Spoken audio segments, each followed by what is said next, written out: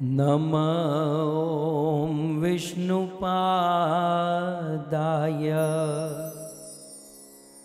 कृष्णपृष्ठाय भूतले श्रीमते भक्ति वेदांत स्वामी इति नामिने। नमस्ते सरस्वते देवे गौरवाणी प्रचारिणे निर्विशेष शून्यवादी पाश्चात्य देशतारिणे। जय श्री कृष्ण चैतन्य प्रभु नित्यानंद श्री अद्वैत गदाधर श्रीवासादि श्री गौर भक्तवृंद। हरे कृष्णा कृष्णा कृष्णा हरे हरे हरे राम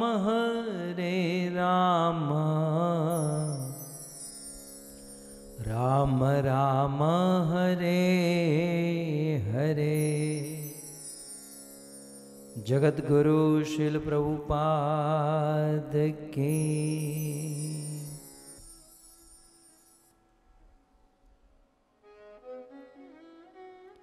हरे कृष्णा। परम सौभाग्य है, पावन पितृमास श्राद्ध मास है। भाद्र कृष्ण प्रथमा की 2 महिमा चातुर्मास का तीसरा महीना प्रारंभ हो रहा है। चतुर्मास का तीसरे महीने का आरंभ होता है हमारे गौड़ीय कैलेंडर के अनुसार, और साथ ही साथ पितृपक्ष प्रारंभ हो रहा है। देखिए, चतुर्मास शुरू हुआ तो गुरु पूर्णिमा आई, और गुरु पूर्णिमा के बाद जन्माष्टमी आई, फिर राधाष्टमी आई। ये सब के दिन आए ना, गुरु जी के दिन आ गए, कृष्ण के दिन आए, बलराम का दिन आया, रक्षाबंधन भाई बहन का दिन आया, राधा रानी का दिन आया, और अब पितृ का दिन आया है। पितृ पक्ष प्रारंभ हो चुका है।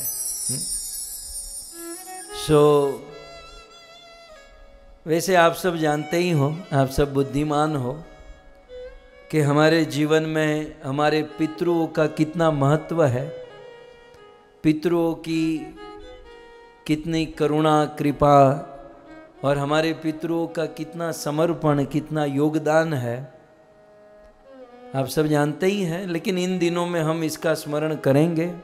ये अब पितरों का निधन इन 15 तिथियों में से एक ही तिथि में होता है।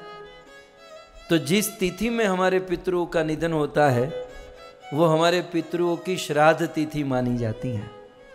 तो ये श्राद्ध पक्ष, पितृ पक्ष प्रारंभ हो चुका है। हम रोज श्राद्ध महिमा, पितृ महिमा, ये श्राद्ध पक्ष पितृ पक्ष की महिमा शास्त्रों से, वेदों से जानेंगे, समझेंगे।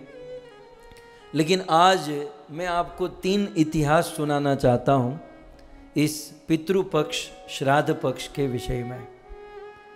जब बात किसी एक्टिविटी की आती है, किसी क्रिया की बात आती है, तो हमारे लिए आइडल श्री चैतन्य महाप्रभु, भगवान राम और भगवान कृष्ण है। श्रीमद् भागवत जी में कहा गया कि पुरुष कौन, बोले पुरुष नहीं, महापुरुष कौन? तो वंदे महापुरुष ते चरणारविंदम। भगवान राम, भगवान कृष्ण और श्री चैतन्य महाप्रभु को महापुरुष कहा गया। और ये तीनों भगवान होकर भी मनुष्य का आचरण किए और मानव धर्म की शिक्षा अपने आचरण से चरितार्थ किए। तो पितरों की क्या महिमा है, पितृपक्ष की क्या महिमा है, श्राद्ध और श्राद्ध पक्ष की क्या महिमा है, भगवान राम, भगवान कृष्ण और श्री चैतन्य महाप्रभु की जीवनी में थोड़ा सा प्रकाश डालें, हम थोड़ा सा उसे समझने का प्रयास करते हैं। आइए सीधे मैं आपको ले चलूं रामायण में। प्रसंग कुछ इस प्रकार का है। राम जी को वनवास मिला है, भगवान रामचंद्र वन में है, वनवास में है, और यहाँ पर महाराज दशरथ की मृत्यु हो चुकी है। राम जी वनवास करते करते करते चित्रकूट में पहुँचे हैं और यहाँ दशरथ जी की मृत्यु हुई और भरत जी तैयार हुए राम जी को चित्रकूट से अयोध्या वापस लाने के लिए। तो भरत जी के साथ अयोध्या की प्रजा, तीनों माताएं, गुरु वशिष्ठ सब लोग तैयार हो गए। इवन महाराज जनक भी उनके साथ निकल पड़े और ये पूरा जुलूस भरत की चतुरंगणी सेना और अनेकों मार्ग से होते हुए ये सब चित्रकूट में पहुंचते हैं और सब लोग एक दूसरे से मिलते हैं। तब तीनों माता, मतलब सीता जी की सास लगती है, सीता जी माता कौशल्या से, सुमित्रा से और कैकेयी से मिलती हैं और ये तीनों को सफ़ेद वस्त्र में देखकर सीता जी मन में प्रश्न तो हो ही रहे हैं, राम जी के मन में भी प्रश्न हो रहे हैं। गोस्वामी जी इस घटना का वर्णन रामचरितमानस में कुछ इस प्रकार से करते हैं, जहाँ पर पितृ महिमा, श्राद्ध महिमा हम लोग रामायण से ही एज इट इज देखने का प्रयास करें। गोस्वामी जी लिखते हैं, विकल स्नेह सिय सब रानी। सीता जी समस्त रानियों से मिली विकल होकर और सबको प्रणाम किया और बैठन सबही करहूं गुरु ज्ञानी। सबको वरिष्ठ मानकर, उत्तम मानकर, श्रेष्ठ ज्येष्ठ मानकर सबको प्रणाम किया। और उस समय गुरु वशिष्ठ जी वहाँ पर थे तो सबको बिठाया कि भाई खड़े मत रहो, सब लोग बैठ जाओ। और सीता जी के मन में जिज्ञासा है, वो पूछ नहीं पा रही है कि सफ़ेद साड़ी क्यों। राम जी के मन में भी प्रश्न है और लक्ष्मण जी के मन में भी प्रश्न है, लेकिन अभी खुलासा नहीं हुआ। अब खुलासा कौन, अब ये लोग एक दूसरे के सामने देख रहे हैं कि अब बताएगा कौन। हम सबके जीवन में ऐसी घटना घटती है कि किसी के परिवार में किसी की मृत्यु हो गई, तो अब जब मृत्यु हो गई तो उसे बताएगा कौन, है ना। तो वह बताने वाला कोई ज्ञानी होना चाहिए, ताकि थोड़ा सा कुछ इस स्टाइल में बताए कि शोक का जो प्रमाण है वो थोड़ा कम हो जाए। तो सब ने इशारा किया, मन ही मन समझ लिया, और ये काम गुरु वशिष्ठ जी ने किया कि गुरु वशिष्ठ जी ने सबको बिठा दिया। बैठन सबही कहेऊ गुरु ज्ञानी। और गुरु वशिष्ठ बड़े ज्ञानी थे, वो जानते थे कि किस सभा में, किस सिचुएशन में कैसे बोलना चाहिए। सो गुरु वशिष्ठ जी कही जग गति माइक मुनि नाथा। वो सीधे नहीं बता दिए कि आपके पिताजी मर गए, ऐसा नहीं होना चाहिए। ये कोई स्टाइल है, हम लोग समाज में रहते हैं तो जब किसी का दुखद समाचार देना हो तो सबसे पहले संसार का जो अनित्यता है, संसार जो क्षणिक है, संसार की क्षण भंगुरता का वर्णन करना चाहिए। ये स्टाइल है।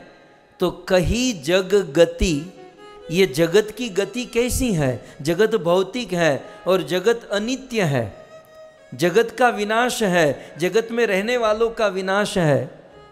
इस प्रकार से गुरु वशिष्ठ जी तत्व की बात करने लगे कि भाई संसार तो मिथ्या है, संसार में ये जो जीव है आते हैं जाते हैं, कुछ इस प्रकार की बात करके अब वशिष्ठ जी ऐलान करते हैं। नृपकर सूरपुरु गवनु सुनावा, सुनी रघुनाथ दुसह दुख पावा। मरण हेतु निज नेहु बिचारी, भेयति बिकल धीर धूर दारी। नृप कर सुरपुरु गवनु सुनावा। श्री वशिष्ठ जी ने कहा कि महाराज दशरथ सुरपुर, सुर माने देवता, देवलोक, हे राम लक्ष्मण सीता, एक दुखी समाचार है। और दुख की बात यह है कि नृप महाराज दशरथ सुरपुर देवलोक को चले गए हैं।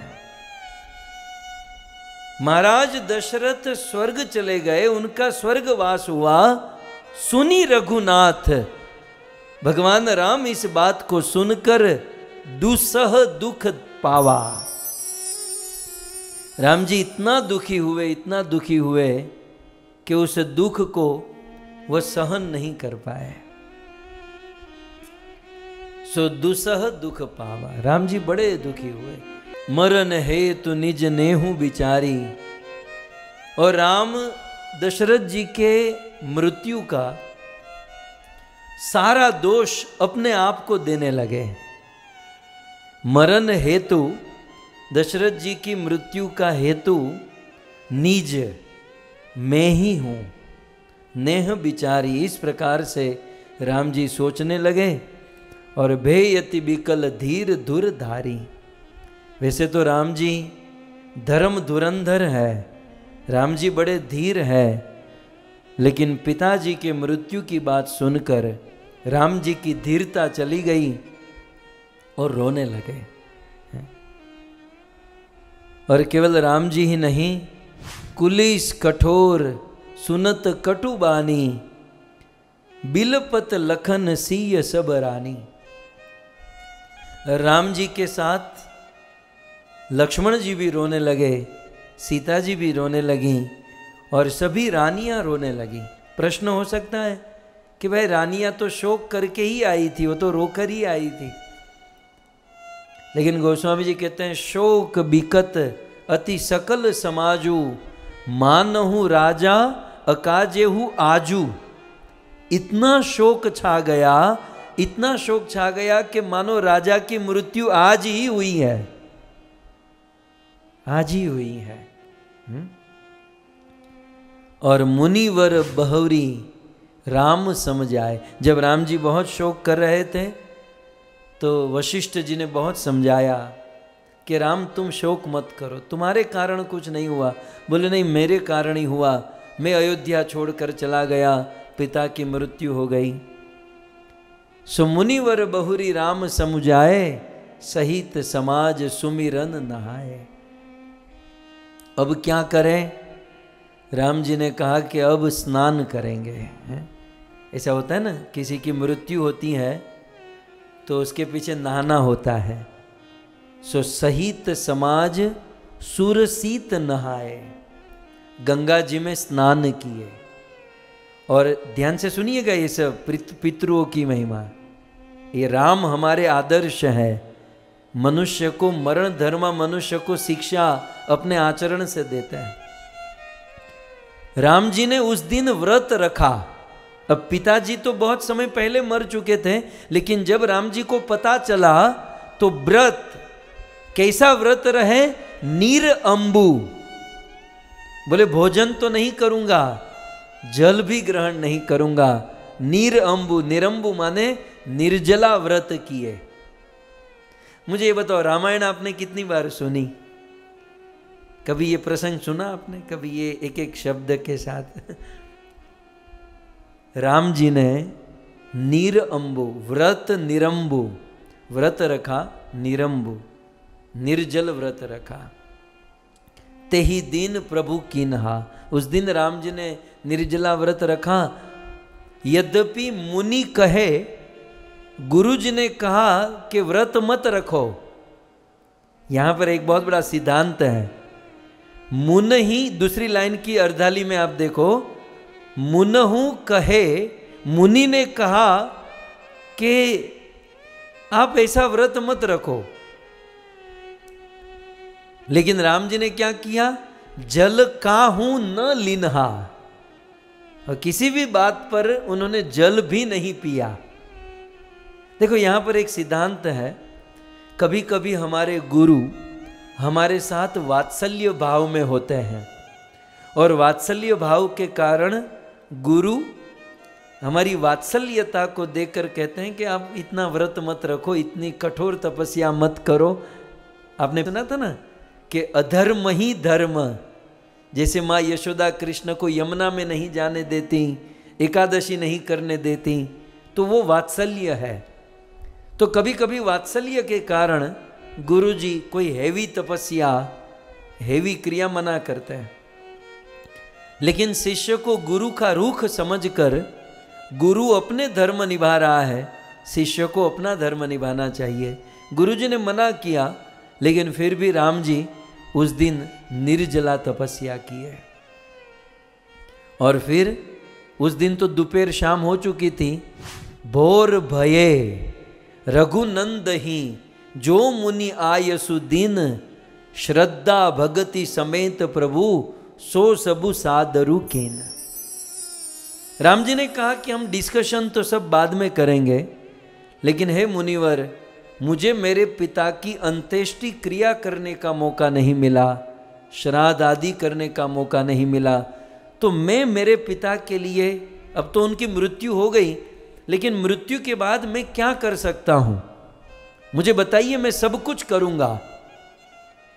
तो श्रद्धा भक्ति समेत प्रभु, राम जी ने श्रद्धा और भक्ति के साथ सब आदर कीन्ह, अपने पिता की सारी क्रिया आदर के साथ की। और फिर नीचे गोस्वामी जी बहुत सुंदर बात कहते हैं,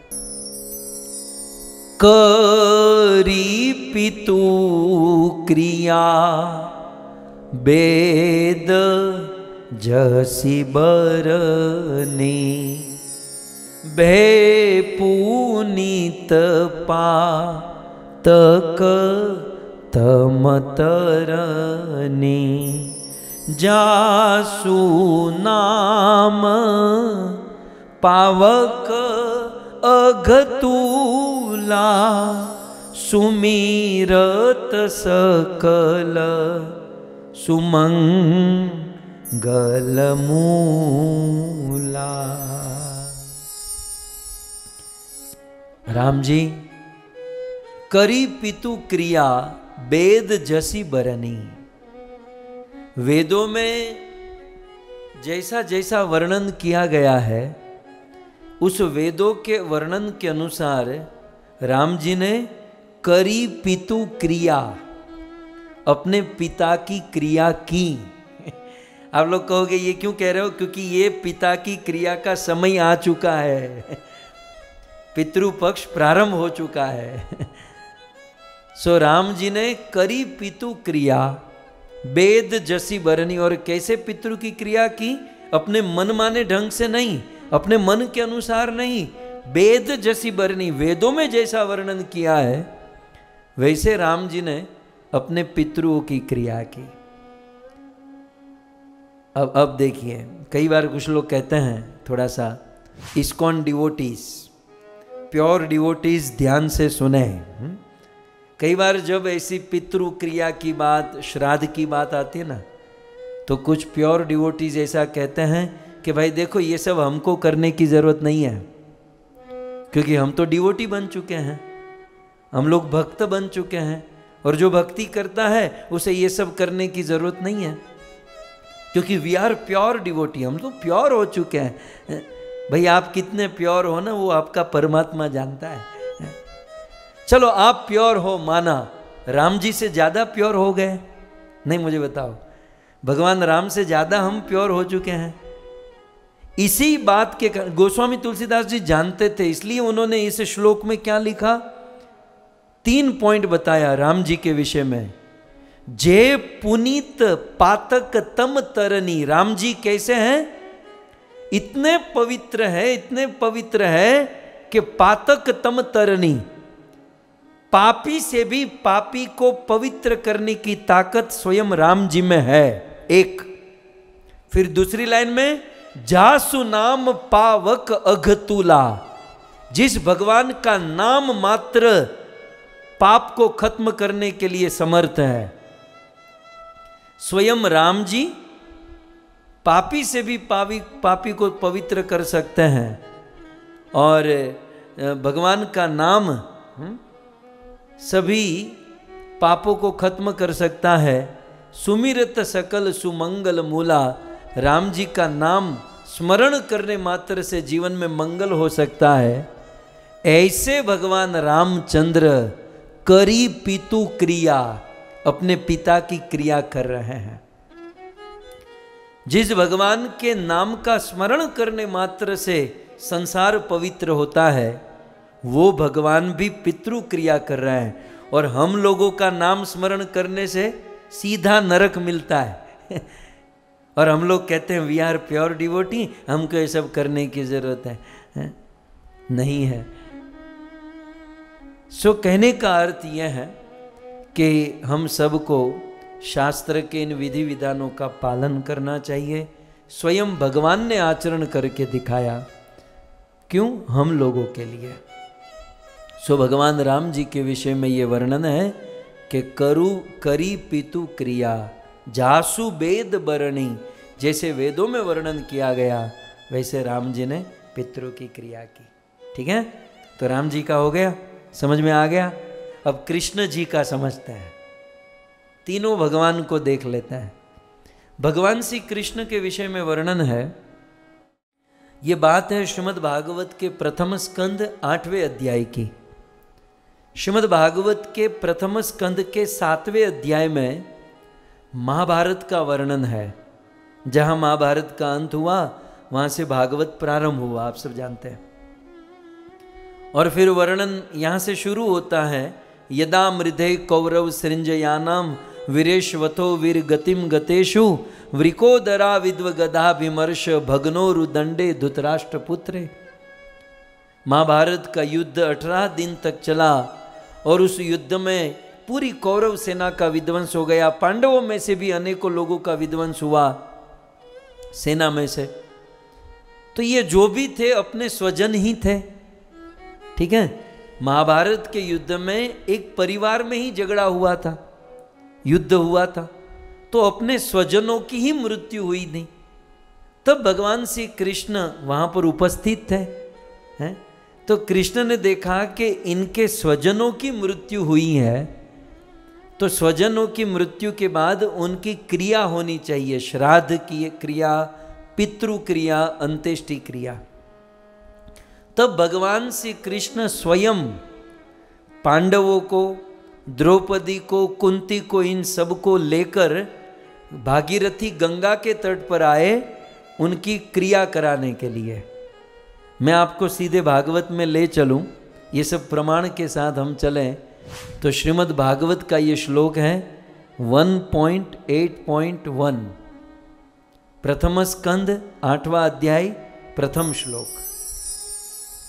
ये सूत गोस्वामी कहते हैं, श्री सूत उवाच अथ ते संपरेता नाम स्वानाम उदकैच्छताम दातुम स कृष्ण गंगायाम पुरस्कृत्य ययु स्त्रियः।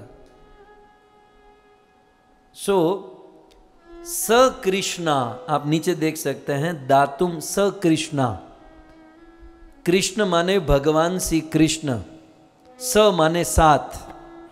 सो भगवान श्री कृष्ण अपने साथ लेकर चलें, किसको, क्यों, कहां, कैसे? तो कहते हैं अथ ते, अथ माने महाभारत का युद्ध समाप्त हुआ, अथ माने प्रारंभ, युधिष्ठिर महाराज का राज्य प्रारंभ हुआ। जब बाजी हाथ में आई, राज्य प्रारंभ हुआ, तो पहला काम कृष्ण ने क्या कराया? पितृक्रिया। सो अथ ते संपरेतानाम, संपरेतानाम माने जो मर चुके हैं, मृतक, जिसका निधन हो चुका है। अच्छा, कौन मर चुके थे? स्वानाम, अपने ही लोग मर चुके थे ना, भाई, मामा, चाचा, ताऊ, वही मर चुके थे। और हो सकता है जो मरे उसके बेटे नहीं होंगे, तो जिम्मेवारी तो युधिष्ठिर महाराज की बनती है। तो अथ युधिष्ठिर का राज्य शुरू हुआ। संपरेता नाम माने अपने ही लोग, जो अपने स्वजन जो मर चुके हैं। स्वानाम माने अपने, जो स्वानाम होते हैं, थोड़ा श्लोक समझिए। स्वानाम माने अपने स्वजन, स्वाना माने स्वजन। स्वजन जो होते हैं ना, उसकी कुछ एक्सपेक्टेशन होती है। आप समझ रहे हैं? हमारे स्वजन जब मर जाते हैं, वैसे जीते जी भी कितनी एक्सपेक्टेशन होती है। जीते जी तो उनके हाथ पांव चलते हैं, फिर भी हमसे एक्सपेक्टेशन रखते हैं। बेचारे मरने के बाद तो वो कुछ कर नहीं पाते, तो एक्सपेक्टेशन तो होगी ही। तो स्वानाम इच्छताम, आप देखो श्लोक देखो, स्वाना उदक इच्छताम। स्वानाम जो अपने लोग हैं, जो मर चुके हैं पितृलोक में या कहीं भी है, उसकी इच्छा होती है। और लंबी चौड़ी इच्छा नहीं होती, सिंपल लिखा है उदक इच्छताम। उदक माने जल, वो बेचारे जल और भोजन की इच्छा करते हैं। वहां तो डॉलर रुपया पैसा चलता नहीं है, तो बेचारों की इच्छा होती है कि भोजन मिल जाए, कुछ जल मिल जाए, क्योंकि वहां पर भोजन पानी की व्यवस्था नहीं है। तो स्वानम जो मर चुके हैं, उन पितरों के भोजन और जल की इच्छा होती है। तो कृष्ण ने क्या किया दूसरी लाइन में? दातुम, उसको देने के लिए, स्वजनों को जल और भोजन दातुम देने के लिए स कृष्ण, भगवान श्री कृष्ण गंगायाम, पांडवों को गंगा तट पे लेकर चले।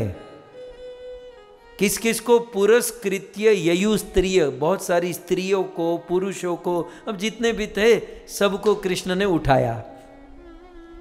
अब देखिए, ये उस कृष्ण की बात कर रहा हूं जिस कृष्ण ने भगवत गीता में क्या कहा? हम शरीर नहीं, हम आत्मा है। जिस कृष्ण ने भगवत गीता में आत्म विषयक ज्ञान दिया कि हम शरीर नहीं है, हम आत्मा है, आत्मा आत्मा। भले हम आत्मा है, लेकिन फिर भी ऋणानुबंध होता है। हमारा शरीर जहाँ जन्म लेता है, जिसके साथ हम समय बिताते हैं, उसके साथ ऋणानुबंध। आने वाले दिनों में मैं आपको सुनाऊंगा टेक्निकली किस प्रकार से ऋण से हम लोग बंध जाते हैं। तो ऋणानुबंध के कारण जो अपने होते हैं, वो हमसे कुछ इच्छा रखते हैं, और उनकी भोजन पानी की इच्छा हमें पूरी करनी चाहिए। स्वयं भगवान श्री कृष्ण इसे जानते हैं, और कृष्ण इनको लेकर जा रहे हैं। अच्छा, कृष्ण कहाँ लेकर गए? तो गंगायाम। अच्छा, राम जी कहाँ पर किए? मंदाकिनी, गंगा में। यहाँ पर भी भगवान श्री कृष्ण गंगा हरिद्वार में लेकर जा रहे हैं, और क्या कर रहे हैं? ते निनी योदकम सर्वे। भगवान श्री कृष्ण ने सब जितने भी लोग आए, उनके साथ उनके हाथों में गंगा जी का जल पकड़ाया, रखा, और विलप्य च भृशम पुनः, और विलाप करते हुए बेचारे रो रहे थे। तो आपलुता हरि पादब्जा रज पूत सरी जले, उस गंगा जी में जल अर्पण करवाया, क्रिया करवाई, पूजन करवाया। ये सब कुछ करा के भगवान श्री कृष्ण ने उन पांडवों से पितृ क्रिया करवाई। वहां राम जी ने की, यहां भागवत में भगवान कृष्ण ने की। ओके, अब वंदे महापुरुष ते चरणार विंदम, राम जी का हो गया, कृष्ण का हो गया। अब चैतन्य महाप्रभु का देखते हैं। आप सब जानते हैं चैतन्य महाप्रभु तो कलयुग में हुए 525 वर्ष पूर्व, और राधा और कृष्ण का मिलित स्वरूप श्री चैतन्य महाप्रभु। और भक्त को भक्ति की शिक्षा देने के लिए प्रकट हुए थे। श्री चैतन्य महाप्रभु ने एक दिन सोचा कि बस अब बहुत हुआ, अब अंदर का जो भाव है वो प्रकट करना चाहता हूँ। बाल्य लीला हो गई, शरारत की लीला हो गई, कौमार लीला हो गई, पंडिताई की लीला हो गई, व्याकरण का पंडित बना, विद्वान बना, ये सब हो गया। अब एक्चुअल जिस काम के लिए आया हूँ, राधा भाव, प्रेम भाव, वो मुझे अब प्रकट करना है।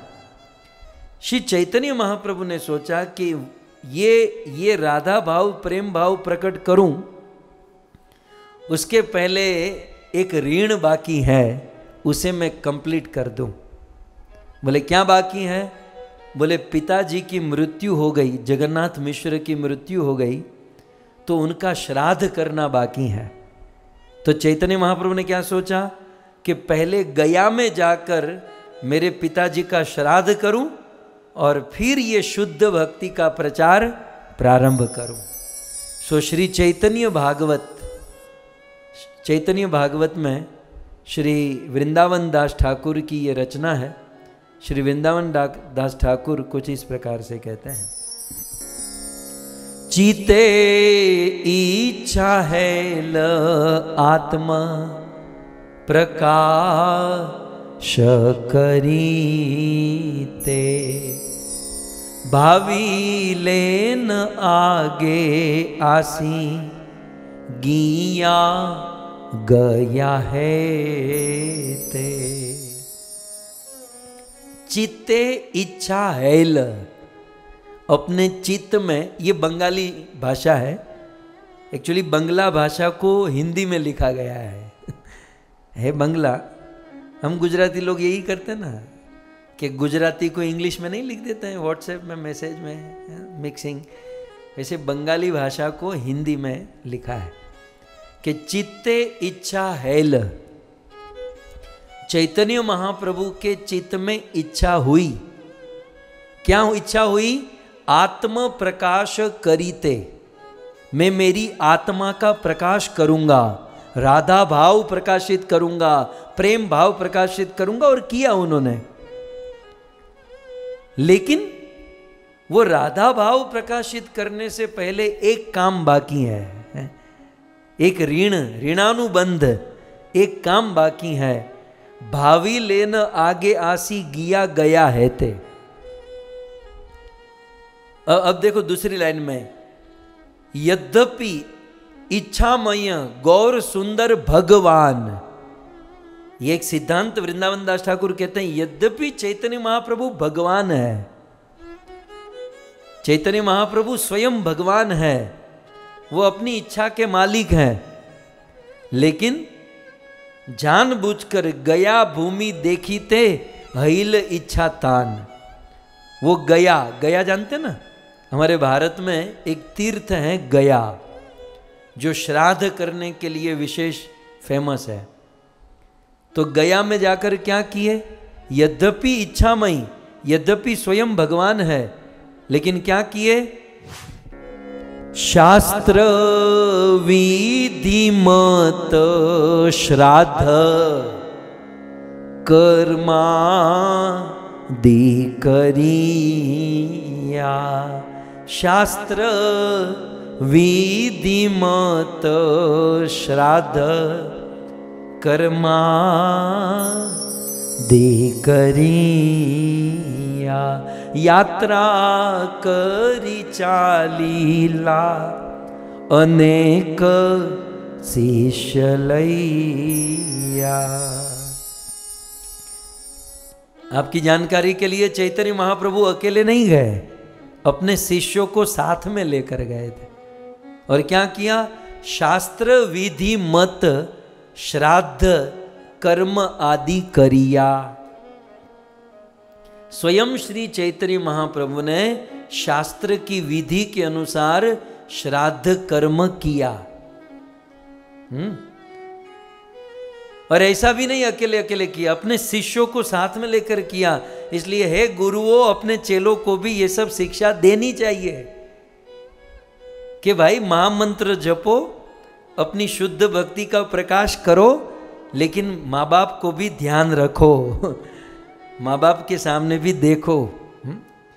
तो श्री चैतन्य महाप्रभु सर्वप्रथम शास्त्र विधि के अनुसार श्राद्ध कर्म करते हैं। जन निर आज्ञा लई महाहर्ष मने, चली लेन महाप्रभु गया दर्शने। तो श्री चैतन्य महाप्रभु ने गया जाकर अपने पिता का श्राद्ध किया है। सो कहने का अर्थ यह है कि महाप्रभु ने अपनी वो आत्म प्रकाश बाद में किया, पहले श्राद्ध कर्म किया। आप लोग भी अपनी प्योर भक्ति का प्रकाश का प्रोग्राम 15-20 मिनट बाद में रखो, पहले ये कंप्लीट कर दो। श्राद्ध पक्ष आया है, पितृ पक्ष आया है, तो पहले थोड़ा माँ बाप के सामने देख लो, और फिर अपने वो आत्म प्रकाश, प्योर डिवोशन का प्रकाश श्री चैतन्य महाप्रभु के अनुसार। सो कहने का अर्थ है, चाहे राम हो, चाहे कृष्ण हो, चाहे श्री चैतन्य महाप्रभु हो, तीनों ने अपने जीवन में श्राद्ध क्रिया की है, पितृ क्रिया की है और करवाई है। श्राद्ध पक्ष प्रारंभ हो चुका है, पितृ पक्ष प्रारंभ हो चुका है। इन 15 दिनों में हम सब पितृओं का स्मरण करेंगे, पितृओं की क्रिया करेंगे, और साथ ही साथ पितृमोक्ष के लिए सबसे बड़ा साधन श्रीमद् भागवत कथा है। तो इन 15 दिनों में हम भागवत कथा सुनेंगे। श्री कृष्ण चंद्र भगवान की, श्री पितृ पक्ष की, श्री श्राद्ध पक्ष की।